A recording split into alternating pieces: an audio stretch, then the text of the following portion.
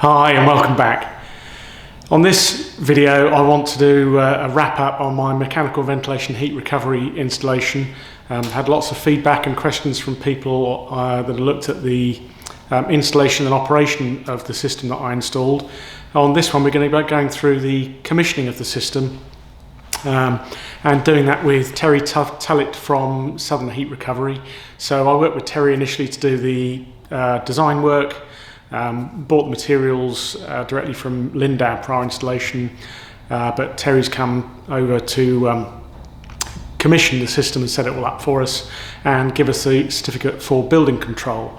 Now we only need that certificate for building control because the windows that we've put in without trickle vents, so we've got to prove that we've put the levels of ventilation into the property that have been specified by that design. So having gone through it with Terry, and I'll show you some of that footage, it's potentially something that you could do yourself if you hire the equipment to measure the airflow at the vents.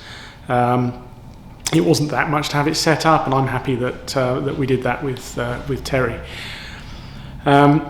And it was really interesting talking to Terry about some of the installation, and he said we've done a good job with fitting all of the pipe work and the insulation and everything that I showed in previous videos. I think he agreed fully. I've put the unit in the wrong place. It needs to be somewhere more accessible. I hadn't really realised just how often you need to be checking and replacing the filters and potentially other maintenance work. So I think we probably are going to relocate that somewhere else closer to the hatch in the loft. I think if you've got the opportunity to install it in a plant room or something where you can get easy access to it, that would be better. We didn't really have the opportunity here. This was an extension and renovation of a property, so we didn't have the full flexibility to design that sort of location in, but if I was doing it again, I think I certainly would. It was interesting to watch the process, and I'll let Terry explain some of that in the footage that I shot of him, of initially setting, looking at the calculations for the amount of extraction that we needed from the bathrooms, kitchen, utility room, and then what Terry did was went round, set I think an initial boost rate of something like 50%, and went round, measured all of the extractors, adjusted the dampers on those to get the right flow rates, then did the same on all of the vents blowing fresh air back into the other rooms, and then went through a process of tweaking that and trying to bring the boost rate down. So he set the initial extraction at the boost rate, which is triggered via humidity sensor in the unit itself, which works pretty effectively actually, and bringing that down. I think it was set at 50. I think we ended up at about 46 or something like that. Once he'd done all of that, he's then got a lower level of extraction for the constant 24/7 extraction in the rooms, and he got that down to something like 37. So he's brought it down. It was working fine, but maybe not as effectively as it could be without that commissioning. And it was interesting talking to Terry, a couple of things that I hadn't considered about the operation of MVHR in the summer. Obviously in the winter you're wanting to extract the heat energy from all of the air that you're taking from those moist rooms and warm up fresh incoming air as you blow that into the other rooms. And it gives us, we're very, very happy with the environment that it's given us here. That in combination with the underfloor heating, it's a beautiful, comfortable place to be. But he was saying that in the summer, obviously it switches to a bypass where you're not heating up the air with any of the heat energy from inside the house, but obviously the air from outside could be warmed. So what we did do is make sure that the inlets are on the north side of the house, so there's the least solar heating of the air as it comes in at the air vents. And that got us talking to the gap that you need under the doors. Now I've got something like a 10 mil or so gap I think on most of the doors at the moment, but we haven't had the finished floor fitted. We're going to have a vinyl LVT floor installed, and Terry said we're going to be pretty tight on space on some of the rooms. Now I'd thought about that and thinking I need to have that gap under the bathrooms because you need to be able to extract the air, so you'll need fresh air being able to come in under the door from those rooms, and I was expecting to have a higher gap under the door for those. But Terry suggested it's just as important to have a gap under the other rooms, or they can actually become overheated because you'll be bringing in air from outside in the summer into those rooms, and if there's nowhere for that air to go, potentially you can get issues with overheating in the rooms, which is something I hadn't considered and hadn't read about in my research. So we didn't see that last summer in any way. Most of our house is north facing, so although we've got quite a lot of glass, we don't get too much thermal gain, but I'll certainly be looking at what that's like as we go into next summer. So let's just have a look at some of the footage that I did with Terry and some of the explanations he gave for the work that he was doing. Right, do you want to explain to me how you do the initial commissioning and testing of the system? Ian, so what we do is you obviously have a ventilation rate for your property. So once we've identified what that rate is, we can go back to the fan curve for the system, adjust the system to where we think that it's going to be around the ventilation rate you require for your property, and then we'll go around and measure the valves. So in each room, extract room, you'll have a valve, and each supply room you'll have a valve. So we'll go and test the kitchen valve at the moment.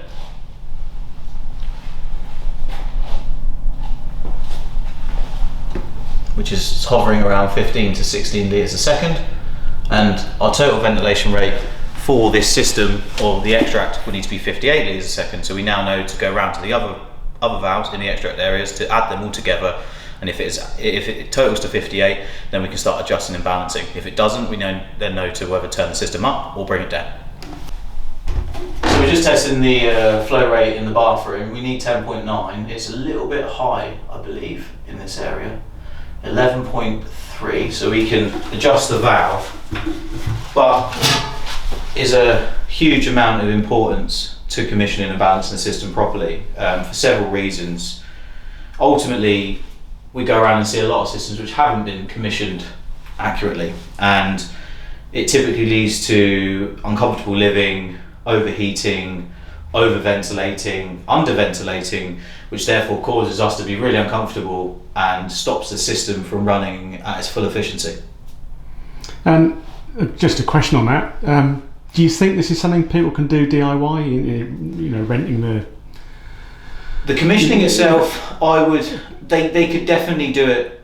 There's an element of skill, obviously, and I wouldn't say there wasn't, but they could definitely do it DIY, but obviously to get it signed off, it needs to be signed off by. So for us, we need it for building control. Yeah, absolutely. I mean, if you were doing your own self-install or on a just I suppose not sort of building a new build or something like that where you don't need a certification for it, then absolutely you could definitely attempt to do it yourself. It is a very tedious job, and there is a lot of factors that I take into consideration when I'm completing a commissioning, such as checking the fan curve prior to attending a property, obviously against the ventilation calculation which has been completed by the manufacturer or the supplier of the product in this case. Obviously, because that enables me to, I suppose, shorten the timeline here, because I've almost sharpened my tools before cutting down the tree. I've taken the information and used it to support what I believe that I need to do to get to what you need. Ultimately, we find that a lot of systems are balanced incorrectly. Some people may put the boost up to 100% when it may only ever need to be running at 50%. That's a good question for me actually on the bathrooms, because you're turning these down and reducing the flow rates, and my mind would say actually no, I'd like the boost to be higher. Of course, with building regulations, I mean the boost rate it's not necessarily always required, but it is helpful to have that additional boost on the system. So typically with most decent manufacturers, they will put a 15% or 10% boost tolerance on there, so it enables the system to boost up slightly. But as we discussed previously, if you had a through the wall fan, it runs at maybe 30 or 60 or 15 litres a second for the duration of that fan is on. Obviously your MVHR system is on 24 hours a day, so albeit you may not necessarily get the initial 30 litres a second or 60 litres a second boost that you would on that bathroom fan, but this will be constantly running at 15% over your trickle rate for the duration that it has to reduce that humidity down. And you're setting these at the boost level. Is that what the building regs require it to be set at, and then you just have a lower... There's a trickle rate, and then the boost rate is additional. Okay. Yeah, so there is a minimum required rate, which is not your boost rate, it's just your minimum required rate, and that could be dictated by... if it should always be dictated by the highest rate, and that could be calculated via the property volume or area, or building regs state that certain areas require certain ventilation rates, so whatever is highest. So in this example, your property is 175 square metres. We know that you need around 58 litres or 50 litres a second on the trickle rate, 58 on the boost. The 58, if we were looking at via the bedroom or the wet room areas, it is less than that, so it would be around 40 litres a second. So you'll set this up on boost and then just reduce the fan speed for the trickle rate? Absolutely, yeah. Right. Okay. So once the valves are set, we won't need to adjust them again. So we always set them in the worst case scenario. In this case, the worst case is the boost. Right, excellent. Cool.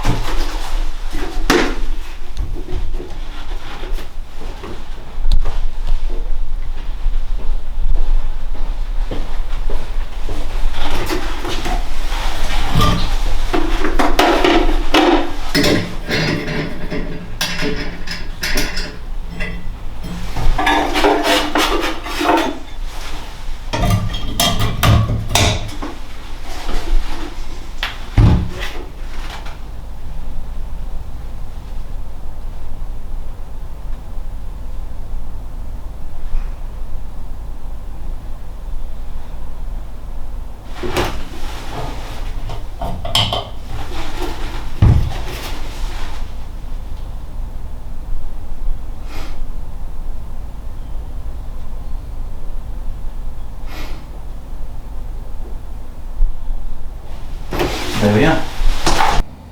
So I hope you found that valuable. Terry was really great for me. He's based, I think, over in Southampton and covers the south of the UK, doing design work, installation, servicing, and the sort of commissioning work that he's done for me. And overall, very, very pleased working with Terry. He's a great guy. Helped me a lot with a lot of advice in the beginning. And I'm very happy with the commissioning work that he's done. He really does know his stuff. So, thanks very much to Terry for all the help with that. And as you've seen from the settings that Terry did, it's definitely something that you could do yourself. I've seen that. I think some of the ventilation companies will rent you an airflow meter at a relatively low rate. I've seen other figures of something like £100 for a week or something when I was doing some research. So it's definitely something you can do yourself. Whether you can do that enough to satisfy building control, if you do need certification, I don't know. We certainly wanted to make sure we had that covered, which is why we work with Terry. But my thoughts overall on MVHR, it cost us a little bit over £4,000 for all of the equipment. Obviously, we installed it ourselves and then had to pay Terry to do the commissioning. For me, I've had some people on forums looking at when do I get my payback on this? Now, obviously, there is some return on that investment because whilst what we wanted was to have a very comfortable environment in the home, if you're doing that and just extracting or letting air in through trickle vents, there's an energy cost there. So obviously, you're saving some money by recovering some of the heat that you do through that ventilation. But I think it's unlike solar and batteries that we've also got, the recovery of that is much longer. So it's not a sort of investment that you can look and say I'll get a payback in 5 years or something. I think it's probably longer than that. We're really pleased that we did it. Very happy with the environment. So I think if people are looking at it and you're trying to make a home that's fairly airtight, we're certainly not anything like a passive house standard here, but we've tried to do our best. And the place was lovely and comfortable and warm. Obviously with the combination that we've got here with underfloor heating, air source heat pump, we wanted to make sure that we got the best from that. I'll be doing another video on a lot on the air source heat pump, who we bought it from, the installation process, and that seems to have worked fairly well. We had a couple of really cold days where it felt it was a little bit marginal, but we've done a lot of work on tuning, so I'll be covering that as well. But for us, we wanted to make sure we had gave the best opportunity to the air source heat pump to economically heat the house, which over the winter it has done, but I'll go into that in detail on another video. So thanks so much for all of you that have been watching my videos, reached out with comments on the site, and a number of people have emailed me as well. So it's great to get the feedback and see that sharing our experience from the build and the technologies that we're installing is of some value to other people. So thank you so much for that. If you haven't, and you do like this video, please click like. If you haven't subscribed, please do so. We're up at over 1,200 subscribers now, so it's really great. I only really did this to start with, to share with friends and family and ex-colleagues what we were doing on the build, and to help people. I've learned a great deal from other YouTube channels on how to tackle just about every job on this build. So if I've helped other people make decisions and install technologies themselves, that's fantastic. So thanks very much for all of your time watching the videos, and I hope you'll continue to subscribe and watch me in the future.